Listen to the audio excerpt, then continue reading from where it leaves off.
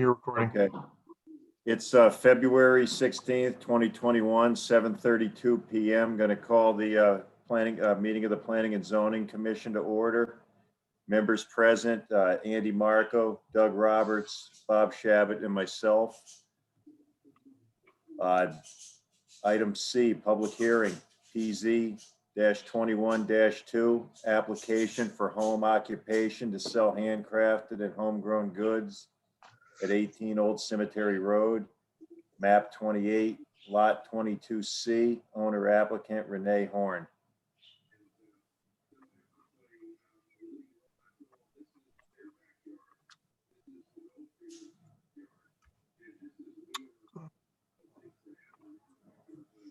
So is Renee present? I see you there. Hello, Hi. can you hear me okay? Yes, I can. Everybody else? Mike, can you Yep. hear? All right. Yep, that's fine. Okay. Should I go ahead? Go ahead. Tell us what you're looking to do. Yeah, so I am looking to use the finished space attached to our barn to sell my handcrafted goods. I make wreaths, I make florals, I make home decor items, and I'm looking to just sell my home or handcrafted goods as well as produce that we are growing here at the house. Fruits, vegetables, dried herbs, and things of that nature.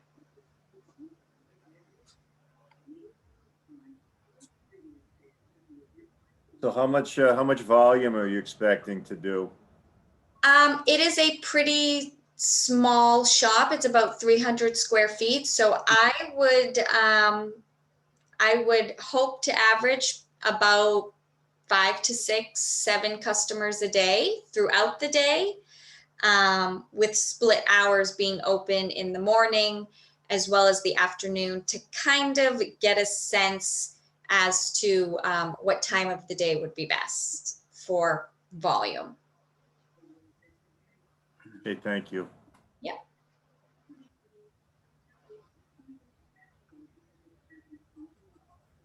Any, I guess my question, one of my questions would be, would you be participating in the artists' open studios because of home crafts being offered?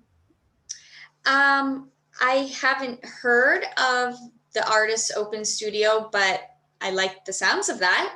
So A lot of people do. yeah, I just moved here just 6 months ago. So I used to be a florist in Massachusetts, and I have 2 boys here that I'm home with. So I'm looking to kind of share and, be open to what the people in this area would like as far as what I can make and create around holidays, kind of a seasonal situation as well. Okay. Do you have much parking? I might have missed the beginning of this. No, we didn't touch base on that yet. So I have 3 available spots in our driveway that pull right up to the showroom door. And then we're on a dead end road. So adjacent to our property, there are 3 spots there as well.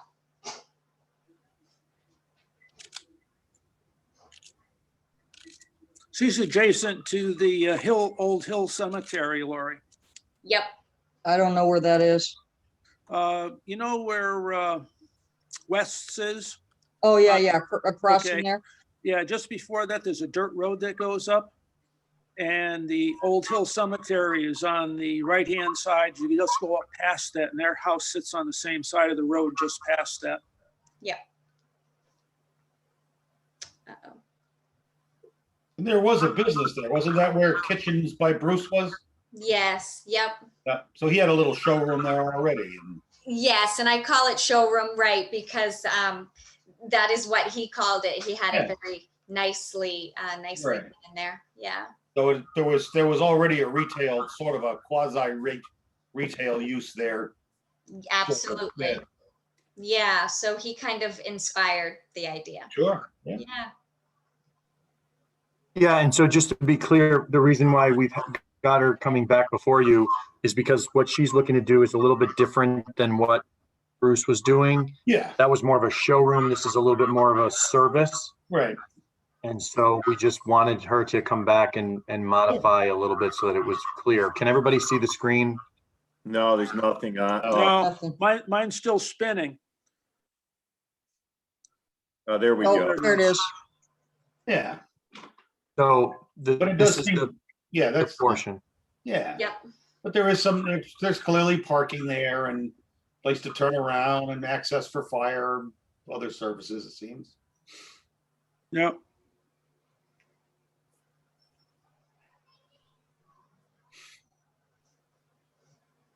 Yeah, it's certainly not going to get in anybody else's way. I No, agree.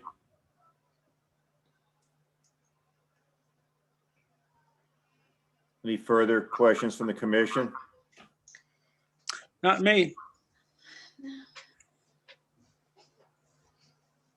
Any questions from the public?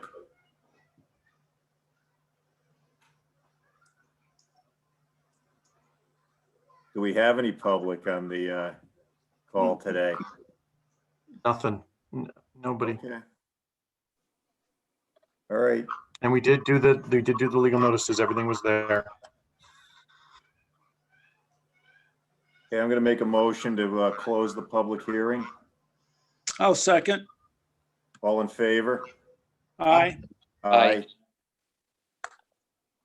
Okay, on to item D, new business, and that would be PZ 21-21-2. Application for home occupation to sell handcrafted and homegrown goods at 18 Old Cemetery Road, map 28, lot 22C, owner applicant Renee Horn.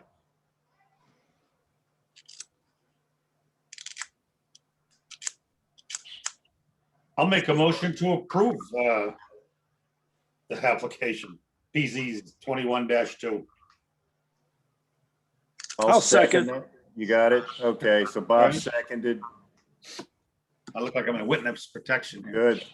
All in Oh, favor? there you are. Aye. Aye. Aye. Aye. Congratulations, Renee. Good luck with your business. Thank you very much. Thank you. Yep. That's why I turned the light on, Andy, because I Yeah. felt like I was in witness protection. I don't too. usually, I don't usually Zoom very often in the evening, so it's not a problem. All right, so on to new business. Second item in new business, PZ-21-4, special permit 11 Phelps Way, section 19.07.02.04, applicant Greg Bristow, owner BTV Realty of Willington LLC, to be received. So this is Phelps Plaza. The owner is screaming towards opening the building and wants to get a unified sign plan together. And so this section of the regs 19724 allows for the commission to approve a unified sign plan for properties that basically don't fit the regular regulations for the ratios that are allowed. You all know the existing sign code has some challenges. So this allows them to come in and say, this is what we want to do for the plaza. This is our plan, so that we don't piecemeal all the units together. So he is, they're thinking 4 weeks away from opening. And so they really would like to be able to get the signage taken care of now rather than having to come back. So this is, it's a special permit. So we received it. We'll have it scheduled. There will be a hearing for the next meeting. That sounds good. So I'm assuming these are going to look, what they're going to propose is going to look considerably different than the wooden signs that are there now that you can barely see. Yeah, I think that the biggest challenge they have, from my understanding, is that the wooden signs are so expensive that they frequently don't have, the tenants don't want to invest the money to build them because they're so small that they can't be seen. And so they require a large investment. So he's trying to work with the regs that we have to come up with another alternative. And I don't know, I'm assuming everybody's seen, he's done he's just put a ton of money into the building. No, it looks much better. No, it does. So, so that's what he will be. I'm not sure if Greg Bristow, the applicant, or if the owner will be both of them, but Greg is a Willington resident and he's representing them doing the signage. Okay, well, I look forward to seeing what they want to propose. All right, so E, no unfinished business. The minutes. That was on me. I didn't get them reviewed quick enough to get them into the email. Ashley sent them to me and I just didn't get to it. Want to table that till next meeting? I would Yeah. appreciate that. They are filed with the clerk. I just haven't gotten them. Okay. G, correspondence. Anything? I don't think we have anything that's come in since the last meeting. We talked about the bar training, and everything else we'll get under staff report. Okay, H, public comment. So any comments from the public today?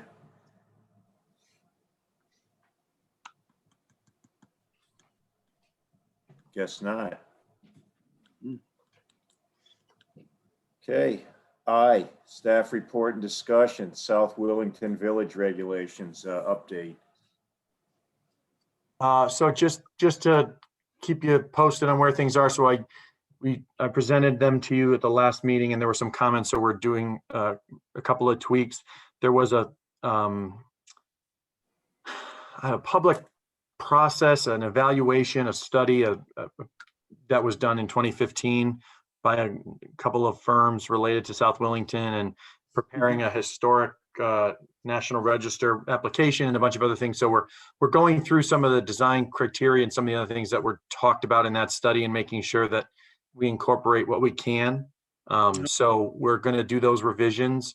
And then we have to obviously get them referred to CROG and be 30 days out. So we get all that done, we'll come back with an actual draft that can be considered completely and hopefully have some folks from the EDC here to talk about kind of why they came up with what they have. And then as far as the section 7, and just letting you know that we've scheduled it. It's off with CROG, so that'll be coming up for I believe it's the first meeting in March. Is that correct, Ashley? So because we have the 30-day lag and February was a short month, we couldn't get it in enough time. And we were unable, I'm still trying to come up with another path, but we were unable to get the advertisement, if you will, posted via Facebook because we couldn't turn the comments off, is my understanding. And so we're still trying to figure out another way to do that. But I do have on the commission's website, I did create a what I'm calling I created like a little form for people to be able to, it's called zoning regulation changes feedback. See if I can show this to you quickly. Does it mention they have to be civil? So basically it explains what we're doing. It links to the existing section. It links to the proposed section. And then it just says just some basic questions, your name, which you don't have to put, and then three questions, yes or no. Trying to make this very quick so that people will provide answers. And then if they want to give comments, they can. If they want to give their email address and or property address, they can. But the only thing that's required really is how they feel about these specific questions. So they were, do you feel the Planning and Zoning Commission should relax the standards to allow Willington residents to have backyard chickens, not roosters? Yes, no, unsure. Do you think 1/2 acre, 40,000 square feet is an adequate property size to accommodate a maximum of 8 hens? Yes, no, unsure. And do you agree with the proposed language to prohibit any backyard chickens from roaming or being, quote, free range? Yes, no, or unsure. So trying to be able to then pull any responses that we get and say 25% of people think that 40,000 square feet is too small. so that we actually can make an informed decision. So I'm still figuring out a way that we can advertise this a little bit better, but it is on the website, and we also have like a little news blast that's on the homepage that says that this is available. So when people land, they'll see it. So we just gotta figure out a way how to share it more globally. We can do one of those blasts, like for folks that sign up for the agendas. We can do that if nothing else. So we're gonna look at that a little bit more tomorrow. Okay. Hey, Mike, I have one question, just going back to the village proposed changes to the zoning and so forth. Do you have any sense of the feeling of the residents of the village about, what we're speaking of in the proposals? The How only they sense feel? the only sense that I really have is related to the business owners. We've heard from people from time to time at the mill and the old tavern and some other folks in that area that from the business perspective don't feel like the regulations give them the flexibility to respond. But we haven't heard a lot from residents because really, we don't have a ton of interaction on that side. They're still non-conforming in all the other ways that another property would be, in that those houses are too close to the road, they're too close to the side yards, the properties themselves are too small. So those things still exist. We heard from, not that it extends this way, but I think it's telling either way. I think his name was Ted Rubel, who came before you for a zone change next to Phelps. Yes. With the Yes, same I remember. idea that he really could not use an old home in the way that the market was demanding. And so, I think it's in that same vein, but we haven't heard from any residents per se yet. Yeah, can I make a comment, Mike? I was involved when they did that historic district down there. Yep. And one of the things that the feedback that we got, and the whole idea of getting that as a historic district was eventually to try to get village zoning in there. And when you really look at the village zoning regulations as set by the state, it wasn't well received by the residents there.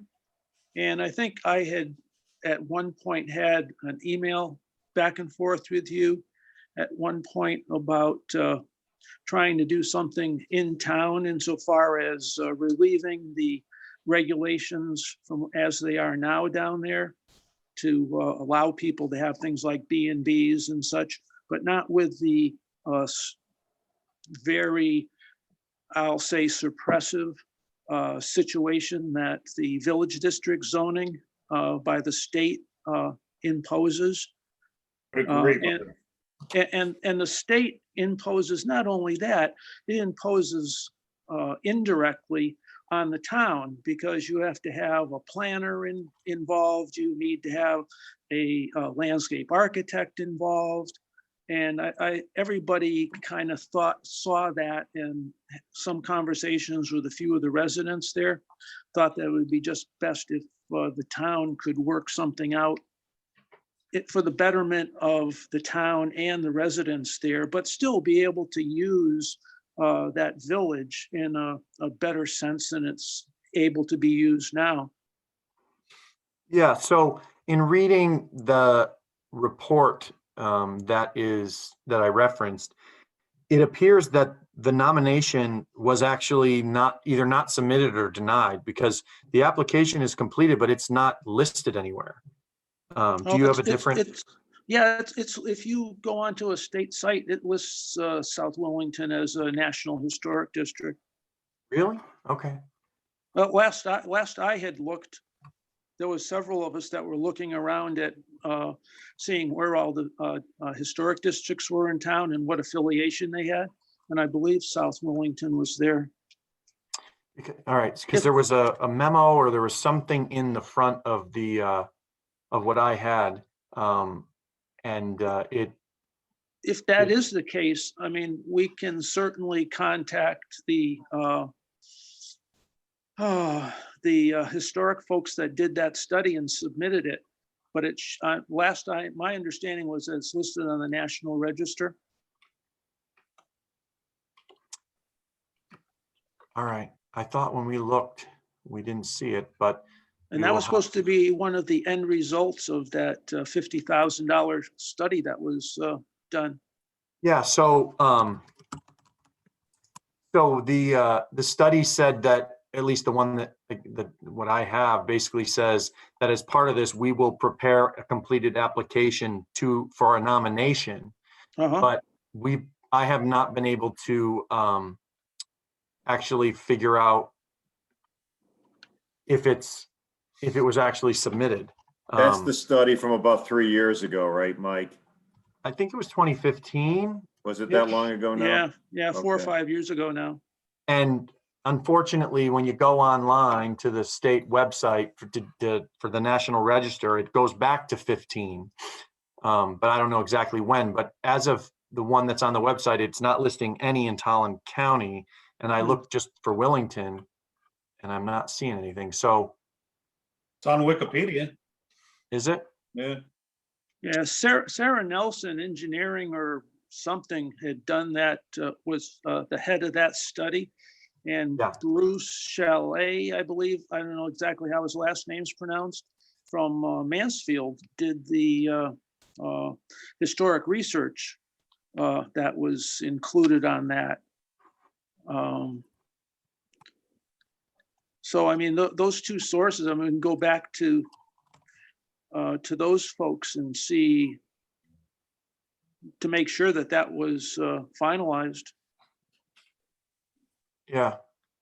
It says it was listed on the National Register of Historic Places 2017, according to Wikipedia, which makes me want to Yeah, wonder. mind that we're using that as the test. But the National Register of Historic Places is different than a historic district.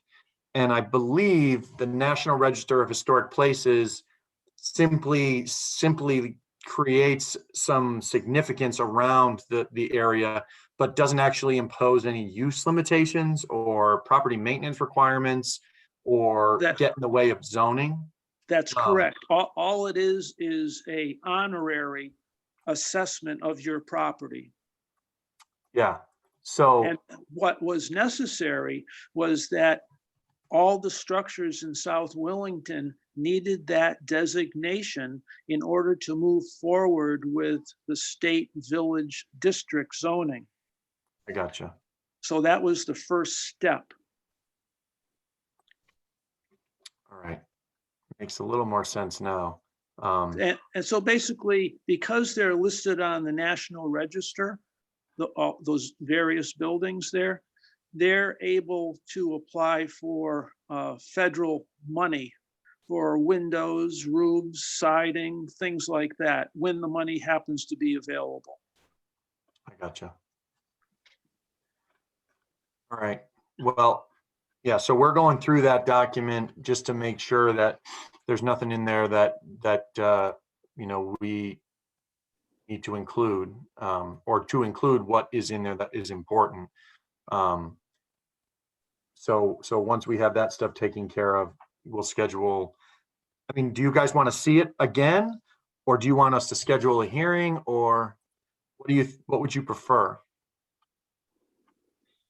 Who's spearheading this? The Economic Development Commission. Okay, because I know when we talked about this before, it sounded really cool. It sounded like, oh, you get the village district, you can have mixed use, you can have combined retail and or mercantile and residential in the same. Well, the POCD brought it up when we did it a Yeah. few years ago. Right. But when it actually came, they said, no, you have to form a steering committee with unpaid members, and like Bob said, it has to have a landscape architect and somebody. You have to have regular meetings and send the minutes into the state. It's like, wait a minute, this seems really complicated for very little benefit. So that's.